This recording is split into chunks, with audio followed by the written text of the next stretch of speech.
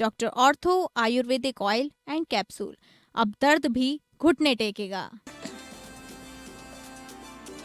Iran deal में प्रगति होने पर ट्रंप ने प्रोजेक्ट फ्रीडम को फिलहाल रोका, कहा शांति समझौते को अंतिम रूप देने के लिए है विराम। पंजाब के जालंधर में बीएसएफ के हेडक्वार्टर्स के सामने धमाका, देर रात करीब 11 बजे। अमृतसर में भी खासा में आर्मी कैंप के सामने ब्लास्ट, पुलिस मामले की जांच कर रही है। बंगाल में हार के बाद ममता का सीएम पद से इस्तीफे से इंकार, कहा मेरे इस्तीफे का सवाल नहीं, हम चुनाव हारे नहीं हराया गया। बीजेपी ने चुनाव आयोग का इस्तेमाल कर जीत हासिल की, राहुल ने भी वोट चोरी का लगाया आरोप। केंद्रीय मंत्रिमंडल ने सर्वोच्च न्यायालय में जजों की संख्या बढ़ाने की दी मंजूरी, न्यायाधीशों की संख्या 34 से बढ़कर 38 हो जाएगी।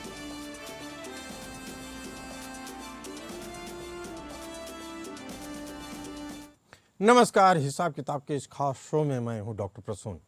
आज चर्चा बंगाल में पैदा हो रहे संवैधानिक संकट की। पश्चिम बंगाल विधानसभा चुनाव में तगड़ी हार के बावजूद मुख्यमंत्री ममता बनर्जी इस्तीफा देने के लिए तैयार नहीं है, जिसके बाद बंगाल सहित पूरे भारत में एक तरह का संवैधानिक संकट खड़ा हो गया है। भारतीय संविधान के अनुसार मुख्यमंत्री के पद, इस्तीफे और उसकी बर्खास्तगी से जुड़े नियम काफ़ी स्पष्ट हैं।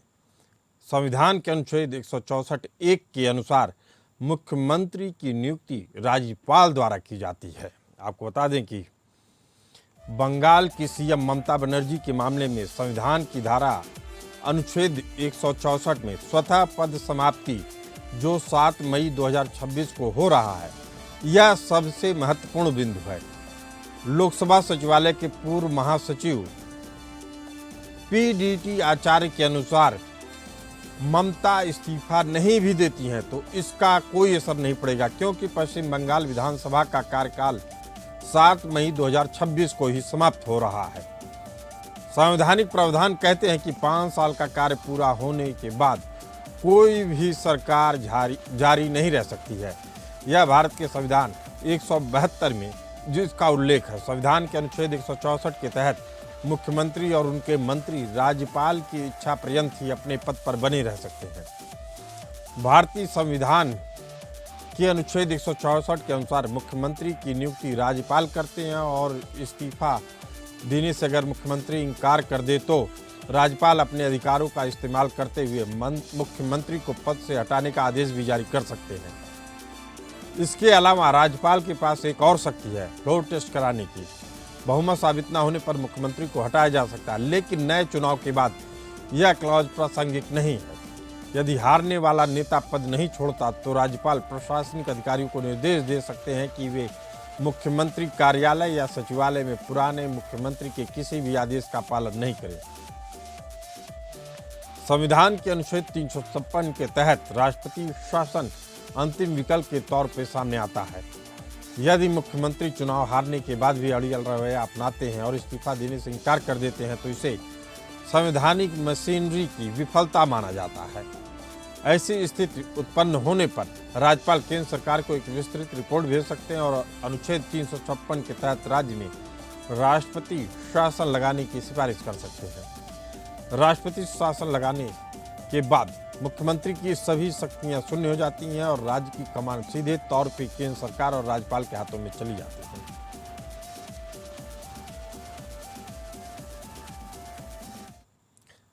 संविधान विशेषज्ञों का स्पष्ट मत है कि ममता बनर्जी 7 और 8 मई के बाद किसी भी स्थिति में मुख्यमंत्री पद की कुर्सी पर बनी नहीं रह सकती, चाहे वे इस्तीफा दें या नहीं दें। लेकिन सवाल उठता है कि संविधान की जानकारी होने के बावजूद बंगाल की सीएम ममता बनर्जी आखिर ऐसा क्यों कर रही हैं? बंगाल की सीएम ममता बनर्जी संवैधानिक संकट खड़ा करने वाला रुख केवल राजनीतिक संदेश देने के लिए कर रही है या संवैधानिक रूप से इसका कोई व्यवहारिक आधार भी है? आपको बता दें कि पश्चिम बंगाल के 2026 विधानसभा चुनाव के बाद पैदा हुई स्थिति में ममता बनर्जी का इस्तीफा देने से इनकार करना केवल एक प्रशासनिक निर्णय नहीं बल्कि एक सोची समझी राजनीतिक रणनीति और शक्ति प्रदर्शन के रूप में देखा जा रहा है। ममता बनर्जी का मुख्य तर्क यह है कि बीजेपी की जीत वास्तविक जनमत नहीं बल्कि वोटों की लूट और संस्थागत धांधली का परिणाम है। इस्तीफा देने से इनकार करके ममता सीधे तौर पर चुनाव आयोग और केंद्रीय सुरक्षा बलों की निष्पक्षता पर सवाल उठा रही हैं। यह उनके विक्टिम कार्ड और बंगाली अस्मिता बनाम बाहरी ताकतें वाला नैरेटिव मजबूत हो। इस्तीफा नहीं देकर ममता बनर्जी दिखाना चाहती कि वे इस परिणाम को स्वीकार नहीं करती हैं और पद पर बने रहना एक तरह से उनका संवैधानिक विरोध है। लेकिन संविधान के अनुसार 7 मई को विधानसभा का कार्यकाल खत्म होते ही उनकी सरकार का कानूनी आधार पूरी तरह से समाप्त हो जाएगा। जानकार बताते हैं कि ममता जुझारू रूप दिखाकर इंडी गठबंधन के अध्यक्ष पद पर भी दावा ठोक सकती हैं। यदि ममता बनर्जी मुख्यमंत्री पद नहीं छोड़ती हैं तो राज्यपाल के पास उन्हें बर्खास्त करने या राज्य में राष्ट्रपति शासन की सिफारिश करने के अलावा कोई विकल्प नहीं बचेगा। इसके अलावा भारतीय संविधान का अनुच्छेद 172 राज्य विधानमंडलों यानी विधानसभा और विधान परिषद के कार्यकाल से जुड़ा हुआ है। अनुच्छेद 172 के मुताबिक उस विधानसभा का कार्यकाल पहली बैठक की तारीख से 5 साल तक का होता है। 5 साल का वक्त पूरा होते ही विधानसभा या विधान परिषद खुद ब खुद भंग हो जाती है। अनुच्छेद 172 कहता है कि हर राज्य की विधानसभा यदि पहले ही विघटित नहीं कर दी जाती तो अपने प्रथम अधिवेशन के लिए नियत तारीख से 5 वर्ष तक बनी रहेगी। इससे अधिक अवधि के लिए उसका कोई आधार नहीं होगा और 5 वर्ष की उक्त अवधि की समाप्ति का परिणाम विधानसभा का विघटन होगा। इसी मुद्दे पर चर्चा करने के लिए हमारे साथ मौजूद हैं ऋषि पाल जी, संविधान विशेषज्ञ, और निपुण जी, राजनीतिक विश्लेषक। आप दोनों मेहमानों का बहुत बहुत स्वागत है। पहला सवाल तो यही ऋषि पाल जी आपसे, 7 मई 2026 को विधानसभा का कार्यकाल स्वतः समाप्त हो जाता है। इसके बाद भी ममता बनर्जी का पद पर बने रहने की कोशिश करना क्या संवैधानिक विफलता की श्रेणी में नहीं आएगा? देखिए, निश्चित रूप से जैसे आपने बताया कि 7 मई को जब इनका कार्यकाल ममता बनर्जी सरकार का खत्म हो जाता है तो कार्यकाल खत्म होने के बाद निश्चित रूप से ना तो मुख्यमंत्री के रूप में या इनके और बाकी जितने मंत्री हैं सबका कार्यकाल खत्म हो जाता है। लेकिन क्योंकि 7 मई तक ऐसा लग नहीं रहा कि नई सरकार बन पाएगी या मुख्यमंत्री शपथ ले पाएंगे, तो ऐसी स्थिति में केवल on the pleasure of governor के कहने पर, गवर्नर के प्लेजर पर ही कोई व्यक्ति जो सामान्य तौर पे जो पूर्व मुख्यमंत्री होते हैं वो उस पद को तब तक संभालता है जब तक कि नया मुख्यमंत्री जो है पद नहीं ग्रहण कर लेगा। लेकिन अगर संवैधानिक स्थिति की बात करते हो, जैसे आर्टिकल 164 की बात करते हो, वो बिल्कुल स्पष्ट है। वो बिल्कुल स्पष्ट रूप से ये कहता है कि जो प्लेजर ऑफ गवर्नर है, गवर्नर की जो अपनी शक्तियां हैं, उनकी जो अपनी इच्छा है, उनके अनुसार मुख्यमंत्री या बाकी मंत्री उस पद पे रह सकते हैं। और अगर उनका कार्यकाल समाप्त हो जाता है या उनकी शक्तियां चली जाती तो ऐसी स्थिति में जैसे, क्योंकि यहाँ पर डिफाइन नहीं है कि उसके डिसमिसल डिफाइन नहीं है 164 के अंदर, तो लेकिन अपॉइंटमेंट डिफाइन है। तो कानून में यही कहा जाता है कि जिस शक्ति को अपॉइंटमेंट करने की जो शक्ति है, जिस अधिकारी को या गवर्नर को, तो उनको डिसमिसल की पावर भी होती है। जब समय खत्म हो जाता है तो उसको डिसमिस कर देते हैं। ऋषि पाल जी, इसी के साथ एक बड़ी सूचना आ रही है कि चुनाव आयोग ने बंगाल में नई विधानसभा के गठन के लिए अधिसूचना जारी कर दी है। यह अधिसूचना जारी करके उसने अपना इरादा साफ कर दिया है कि नई विधानसभा का गठन हो रहा है। पुरानी विधानसभा अब अस्तित्व में 7 तारीख के बाद नहीं रहेगी। जी, आप अपनी बात पूरी करिए।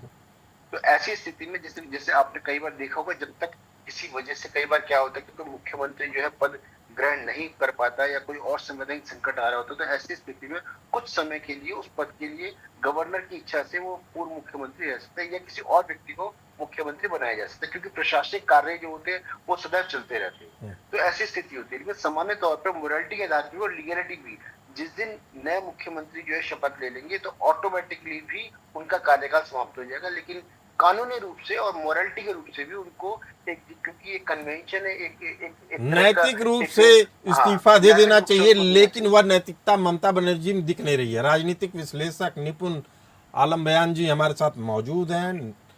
निपुण जी, जिस चीज का डर था वही हो रहा है बंगाल में। बंगाल में चुनाव के बाद हिंसा बढ़ गई है। अब तक 4 लोगों की हत्याएं हो चुकी हैं, जिसमें 2 बीजेपी के कार्यकर्ता हैं, 2 टीएमसी के कार्यकर्ता हैं। कई इलाकों में बोरे मिले, उसमें बम भरे हुए रखे थे और सुरक्षा बलों पर भी फायरिंग हो रही है।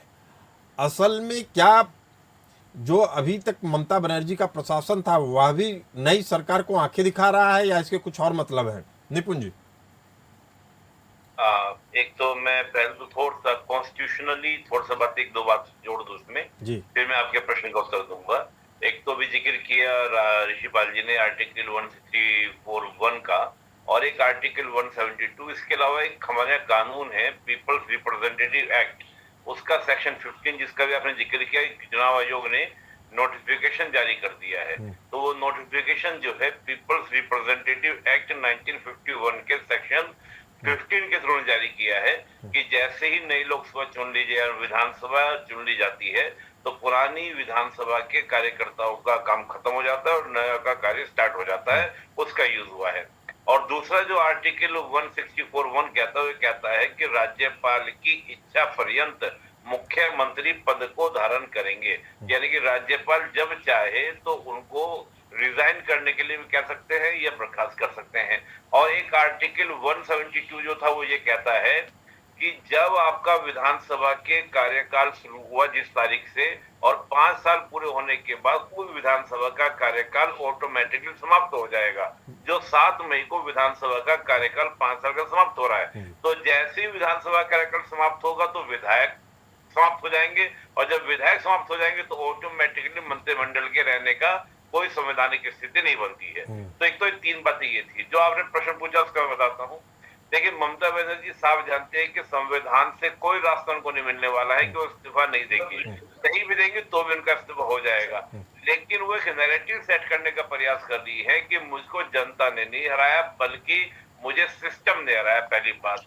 दूसरा, वो विपक्ष की एक कदावर नेता और आंदोलन की राजनीति से उभरी हुए नेता हैं। वो विपक्ष में अपना कद जो है कमजोर नहीं होने देना चाहती। वो कहती हैं कि मैं एक नैरेटिव सेट करूंगी जिसके माध्यम से विपक्ष में मेरी पोजीशन बनी रहेगी और मैं आगे भी सरकार से राजनीतिक रूप से कानूनी रूप से फाइट करती रहूंगी। निपुण जी, यही सवाल सबसे बड़ा है, क्या वह बंगाल से निकलकर इंडी गठबंधन के चेयरमैन के तौर पे, उसके अध्यक्ष के तौर पे दावा ठोकेंगे? देखिए, जिस प्रकार से उन्होंने अपना काम किया, इसमें देखिए मैं 2-3 बातें मान रहा था। एक तो क्या था कि जिस प्रकार का आपने हिंसा की बात कही, जिस प्रकार से टीएमसी की हार हुई है, और आपको याद होगा जब ममता बनर्जी आई थी कम्युनिस्ट की हार होने के बाद तो कम्युनिस्ट के सारे नेता टीएमसी में शामिल हो गए थे। ममता बनर्जी को ये भी डर था कि हार के बाद ऐसा ना हो कि टीएमसी के सारे नेता बीजेपी में शामिल हो जाएं। तो उस पार्टी को बचाए रखने के लिए, और अगर उस पार्टी को वो बचाए रखती हैं तो मुझे लगता है कि विपक्ष की राजनीति में उनका कद बड़ा बना रहेगा और वो एक नैरेटिव सेट कर विपक्ष को एक मुद्दा लीड करना चाहेंगी। लेकिन बड़ा सवाल ये है निपुण जी कि यदि यही मिसाल बन गई तो हार के बाद तो कोई मुख्यमंत्री पद छोड़ेगा नहीं। भविष्य में भारत के संघीय ढांचे और शांतिपूर्ण सत्ता हस्तांतरण की परंपरा पर क्या असर पड़ेगा? क्या लोकतंत्र के लिए खतरा नहीं है? नहीं, देखिए मैं इस बात को ये मानता हूँ कि ममता बनर्जी भी इस बात को जानती है कि संविधान को कोई जगह देता नहीं है। वो केवल एक नैरेटिव सेट करने के लिए, आप देखिएगा ऑटोमेटिकली परसों तक वो खुद ही रिजाइन कर देंगी। जो उनको हल्ला करना था मैं इस्तीफा नहीं दूंगी, वो बयान देकर मीडिया में पूरी बातें आप भी हमारी चर्चा इसी बात पे कर रहे हैं। तो जो आम जनता है उसमें उन्होंने एक मैसेज देने का प्रयास किया कि मैं फाइट करूंगी, मुझे सिस्टम ने हराया है। तो ये एक नैरेटिव सेट करने का प्रयास है, इसके अलावा नहीं। इस तरह का नैरेटिव सेट करना भी लोकतंत्र की मर्यादा को तार तार करना होगा। इस चर्चा कर रहे हैं ममता बनर्जी के मुख्यमंत्री पद से इस्तीफा नहीं देने के बाद पैदा हुए संवैधानिक संकट की।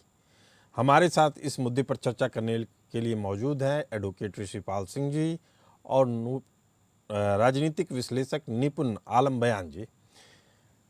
ऋषिपाल जी, क्या न्यायपालिका को ऐसे मामलों में स्वतः संज्ञान लेना चाहिए या इस संवैधानिक संकट को महज एक राजनीतिक गतिरोध मानकर राजभवन पर ही छोड़ देना चाहिए? नहीं, देखिए, न्यायपालिका तक तो अभी ये मुद्दा पहुंचने की स्थिति नहीं है। अभी तो मुख्य रूप से प्रशासनिक रूप से ये प्रशासनिक मुद्दा है, संवैधानिक मुद्दा है।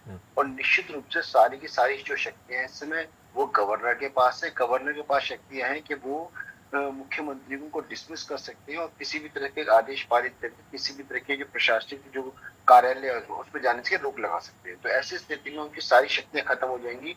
तो न्यायपालिका में जाने का ऐसा कोई मुद्दा नहीं है। सपोज कीजिए अगर गवर्नर इस तरह से कोई निर्णय लेते हैं और ममता बनर्जी को लगता है वो निर्णय जो है राजनीतिक वो कानूनी रूप से गलत है, तो उनको अधिकार जरूर होगा कि वो उस निर्णय को, गवर्नर के निर्णय को वो चैलेंज कर सकती है, रिव्यू के लिए चैलेंज कर सकती है।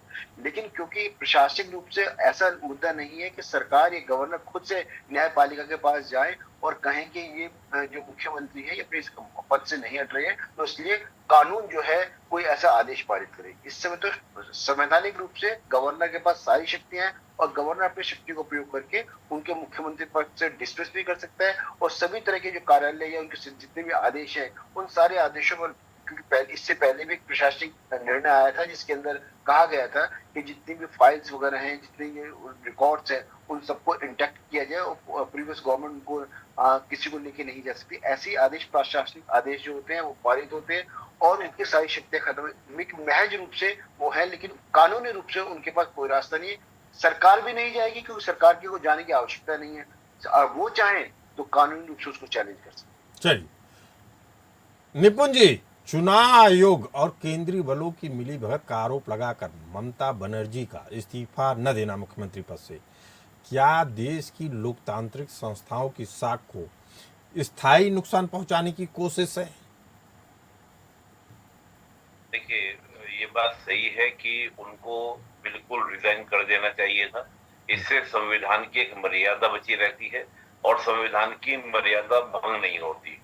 जो वो अपना नैरेटिव सेट करने के लिए या ये दिखाने के लिए कि मुझे सिस्टम ने हराया, चुनाव आयोग ने और केंद्रीय बलों ने हराया, इससे भविष्य में संभावना बनेगी कि कहीं और चुनाव होगा और किसी प्रकार से वहां पर चुनाव आयोग कोई एक्शन लेता है तो लोगों में एक क्रेडिटेबिलिटी जो कॉन्स्टिट्यूशनल बॉडीज है उनकी खत्म होती है, जो लोकतंत्र के लिए डेफिनेटली एक क्राइसिस है, एक संकट है।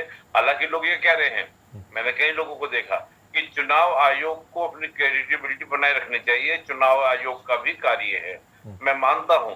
लेकिन जब आप साफ साफ इस प्रकार से बात को रखेंगी और साफ साफ इस प्रकार से बात को कहेंगे तो मुझे लगता है कि कहीं ना कहीं आप खुद ही क्वेश्चन के दायरे में इन सारी संस्थाओं को लाने का प्रयास कर रहे हैं। और अभी तो विपक्ष का पूरा ये नैरेटिव चल रहा है कि चुनाव आयोग, मैं पूछता हूं कि चुनाव आयोग में जो नियुक्तियां होती हैं आज भी, वो नेहरू जी के जमाने में भी ऐसी नियुक्ति होती थी जो आज हो रही है। आज कौन सा नई बात हो जाएगी कि चुनाव आयोग का मिसयूज वर्तमान सरकार कर लेगी? भाई, क्या नेहरू जी के समय में भी राजनीतिक नियुक्ति नहीं होती थी चुनाव आयोग की? साफ साफ होती थी उस समय भी और आज भी हो रही है। तो ये जो कहना कि नहीं, पहले जो सुप्रीम कोर्ट ने कहा और सुप्रीम कोर्ट ने उसको अस्थायी व्यवस्था दी थी।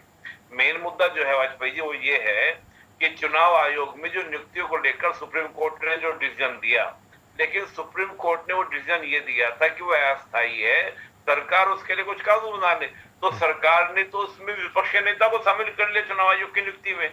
तो मैं कहता हूं नेहरू जी ने तो वो भी शामिल नहीं किया था विपक्ष का नेता, आज कम से कम सरकार ने विपक्ष का नेता को शामिल किया।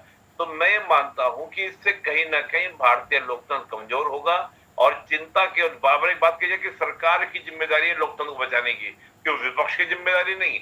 मैं तो कहता हूँ विपक्ष की ही नहीं, सरकार की ही नहीं, एक नागरिक होने के नाते, मेरी मीडिया के एक स्तंभकार होने के नाते आपकी भी जिम्मेदारी बनती है कि लोकतंत्र हमारा जीवित रहे, सुदृढ़ रहे और मजबूती से जो हमारा संकल्प हम उसको लेके चले।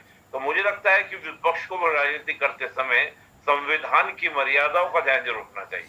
चलिए, बात ये हो रही है कि क्या ममता बनर्जी को अपने पद की गरिमा का एहसास नहीं है? क्या एक मुख्यमंत्री के लिए चुनावी हार के तुरंत बाद इस्तीफा देना केवल कानूनी नहीं, एक अनिवार्य नैतिक जिम्मेदारी नहीं है?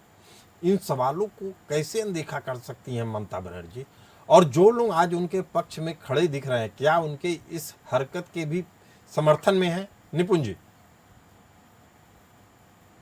देखिए, अभी जो भी लोग समर्थन कर रहे हैं सबकी अपने अपने कुछ बाध्यताएं होती है, मजबूरी होती है।